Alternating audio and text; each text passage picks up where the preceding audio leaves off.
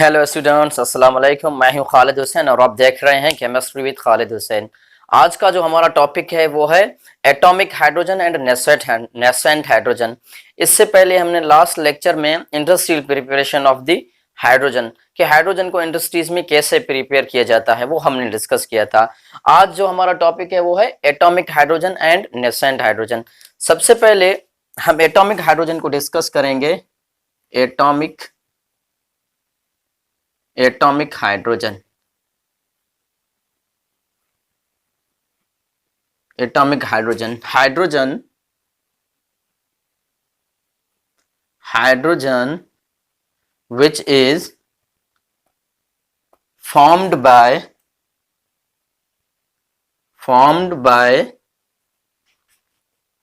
the dissociation of hydrogen molecule कि atomic hydrogen क्या है? वो हाइड्रोजन जो हम मॉलिक्यूल जो है हाइड्रोजन का उसे हम डिसोसिएट करें, जो हमें एटम्स हाइड्रोजन के मिले उसे हम कहते हैं इट इज एटॉमिक हाइड्रोजन। देखिए फॉर सपोज डायरेक्टली मैं यहाँ कंडीशंस के अलावा मैं डायरेक्टली ऐसे लिखूं, फिलहाल this one is hydrogen molecule, तो अब ये डिसोसिएट हुआ और हमें दो एटम्स हाइड्रोजन के मिले, तो ये असल में है एटॉमिक हाइड्रोजन के। डायरेक्टली आपके पास मॉलिक्यूल है हाइड्रोजन का, उससे आप मुख्तलिफ कंडीशंस में डिसोसिएट करके आपने जो एटम्स लिए हैं हाइड्रोजन के उससे हम कहते हैं एटॉमिक हाइड्रोजन। अब हम प्रिपरेशन इसके पर्टिकुलरली पढ़ेंगे कि प्रिपरेशन जो है वो हाइड्रोजन एटॉमिक हाइड्रोजन कैसे प्रिपेयर किया जाता है। तो preparation of atomic hydrogen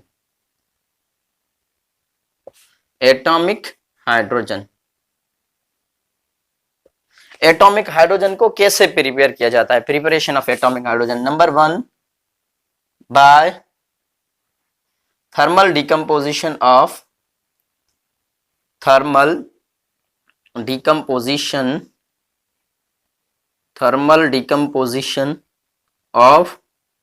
hydrogen molecule.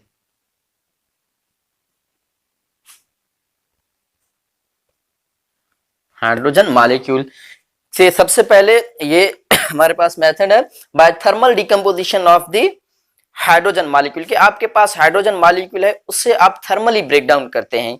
It means thermally you are going to break down the hydrogen molecule. तो अब इससे कैसे, ये देखें सबसे पहले ये मेरे पास है हाइड्रोजन मॉलिक्यूल।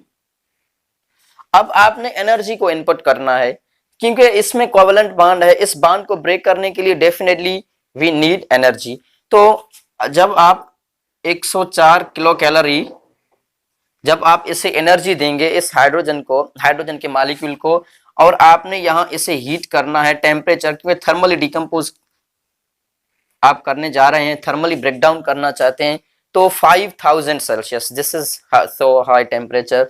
तो आपने 5000 टेम्परेचर लेना है और इसके अलावा हाइड्रोजन गैस और एनर्जी कितनी प्रोवाइड करनी है यहाँ 104 kilo calorie.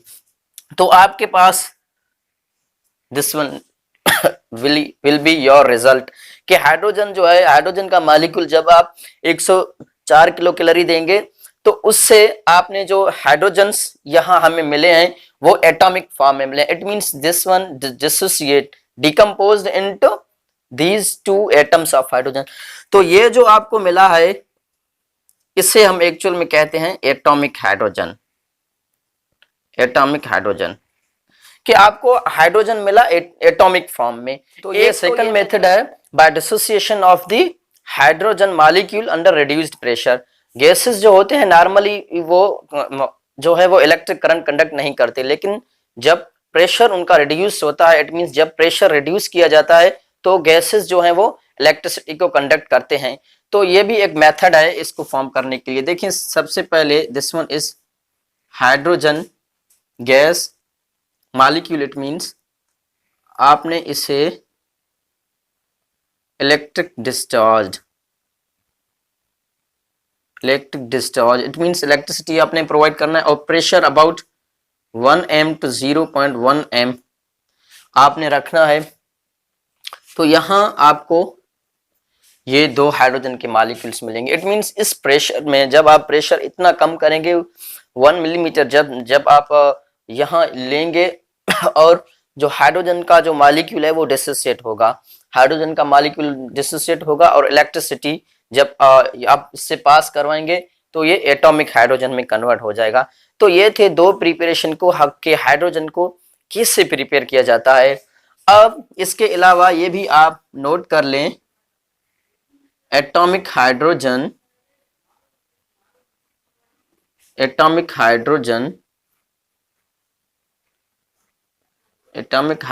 is more reactive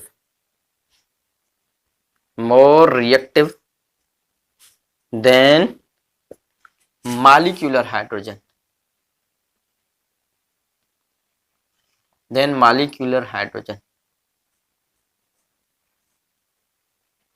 तो ये भी आप नोट कर लें कि जो एटॉमिक हाइड्रोजन है वो ज्यादा रिएक्टिव है मॉलिक्यूलर हाइड्रोजन के बिहाफ में, मॉलिक्यूलर हाइड्रोजन से जब हम इसको कंपेयर करें, क्योंकि आपको पता है कि एटम्स जो है वो कंबाइन ही होते हैं स्टेबिलिटी के लिए।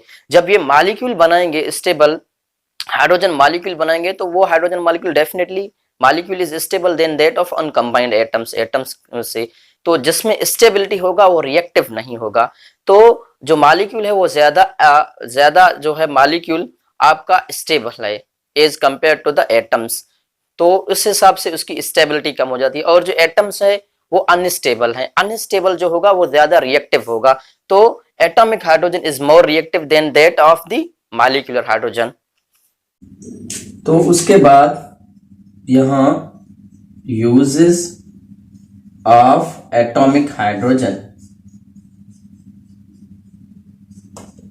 Atomic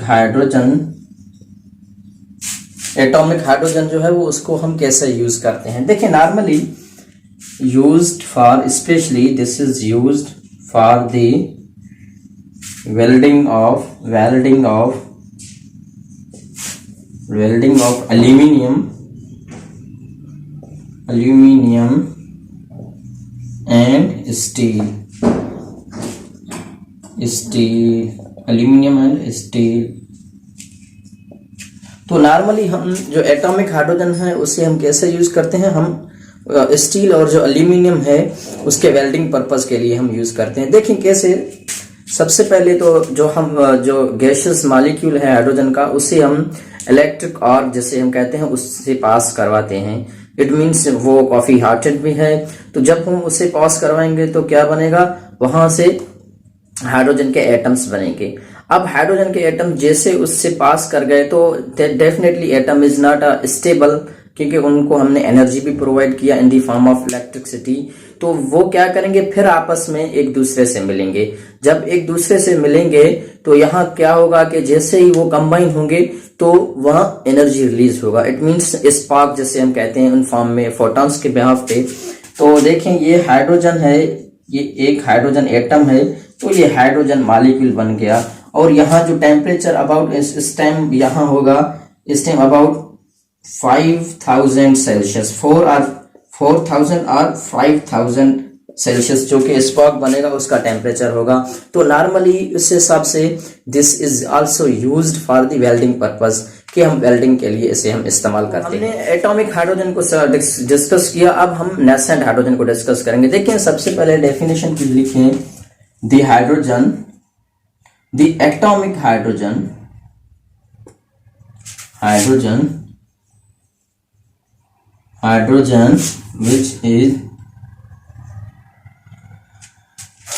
which is formed from the compound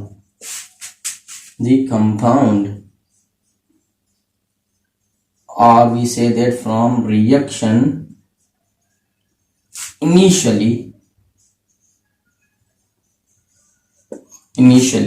कि नेसेंट हाइड्रोजन क्या है, वो हाइड्रोजन जब रिएक्शंस हो, वहां जो हाइड्रोजन गैस असल फर्स्ट में तो इवॉल्व हो रहा है, तो इस गैसियस स्टेज से पहले वहां एटॉमिक हाइड्रोजन्स होते हैं। तो उस जो एटॉमिक हाइड्रोजन्स है उसे हम एक्चुअल में एंड नेसेंट हाइड्रोजन कहते हैं। देखिए कैसे, फॉर सपोज हम ये एक रिएक्शन है zinc metal plus H2SO4 sulphuric acid, तो हम डायरेक्टली ऐसे लिखते हैं zinc sulphate plus hydrogen gas, zinc sulphate plus hydrogen gas, हम डायरेक्टली रिएक्शन ऐसे करते हैं। लेकिन असल में ऐसा है नहीं। क्यों? क्योंकि जब ये जिंक सल्फेट बनता है तो सबसे पहले ये जो दो हाइड्रोजन्स हैं ये फर्स्ट में ऐसे होते हैं, it means first they are in the atomic form. First में क्या होते हैं, ये एटॉमिक फॉर्म में होते हैं, क्योंकि यहाँ ये दिस इज एक्सोथर्मिक रिएक्शन, तो रिएक्शन जो है वो एक्सोथर्मिक रिएक्शन है, तो इनसे एनर्जाइज्ड करता है। तो फर्स्ट में क्या होता है कि जो है वो एटॉमिक फॉर्म में हाइड्रोजन्स बनते हैं। अब जो ये एटॉमिक फॉर्म में ये जो हाइड्रोजन्स बनते हैं एक्चुअली इससे ही हम कहते हैं नेसेंट हाइड्रोजन। नेसेंट हाइड्रोजन भी कहते हैं, न्यूली बॉर्न हाइड्रोजन भी कहते हैं, और फ्रेशली प्रिपेयर्ड हाइड्रोजन भी हम इसे कहते हैं। अब क्या होगा, क्योंकि इनका एनर्जी बहुत ज्यादा है, तो यहाँ क्या होगा कि ये विद इन सेकंड्स ये आपस में मिलकर हाइड्रोजन गैस बना लेते हैं फिर से, क्योंकि atomic hydrogen normally is not stable. तो ये नेसेंट हाइड्रोजन जो है वो हम इसे कहते हैं कि कोई रिएक्शन होता है वहां हाइड्रोजन जो है वो गैसेस स्टेट में इवॉल्व होता है, तो फर्स्ट में वो गैसेस स्टेट में नहीं होता, एक्चुअल में वहां हाइड्रोजन एटॉमिक फॉर्म में बनता है। तो विद इन सेकंड्स, क्योंकि इन्होंने देखा कि और कोई रिएक्ट करने के लिए हमारे पास है ही नहीं, तो आपस में ये मिल गए, आपस में कंबाइन हुए। तो ये these hydrogens are called is a nascent hydrogen, के रिएक्शन हो रहा है वहां जो हाइड्रोजन्स बने फर्स्ट में न्यूली बॉर्न हाइड्रोजन जो कि एटॉमिक फॉर्म में हो, उससे हम एक्चुअल में एक टर्म यूज करते हैं नेसेंट हाइड्रोजन और न्यूली बॉर्न हाइड्रोजन। तो एक और चीज हम यहाँ डिस्कस करेंगे कि एटॉमिक जो हाइड्रोजन है, एक होता है एटॉमिक हाइड्रोजन, दूसरा होता है नेसेंट हाइड्रोजन। इन दोनों में रिएक्टिव कौन सा ज्यादा है, कि एटॉमिक हाइड्रोजन ज्यादा रिएक्टिव है कि नेसेंट हाइड्रोजन ज्यादा रिएक्टिव है। देखें नेसेंट हाइड्रोजन,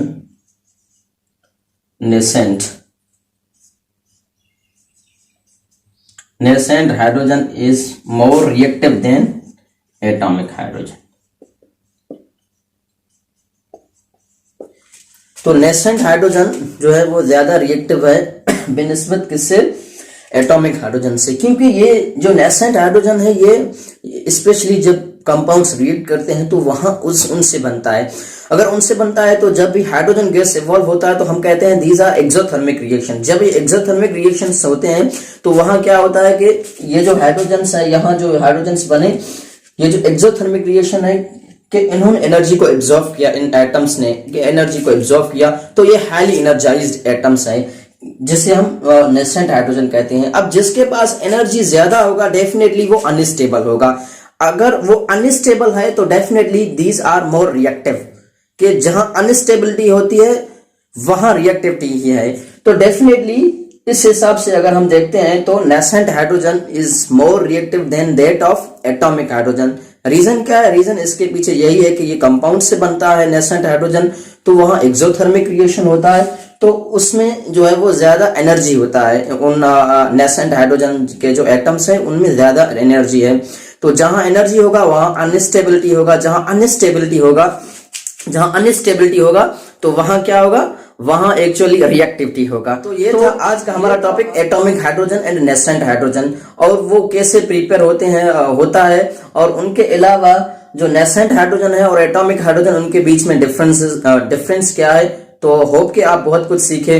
तो आज के लेक्चर में इतना ही है, लेकिन अभी तक आपने हमारा चैनल सब्सक्राइब नहीं किया तो चैनल को सब्सक्राइब करें ताकि आपको रेगुलर नोटिफिकेशंस के मिले। Thank you.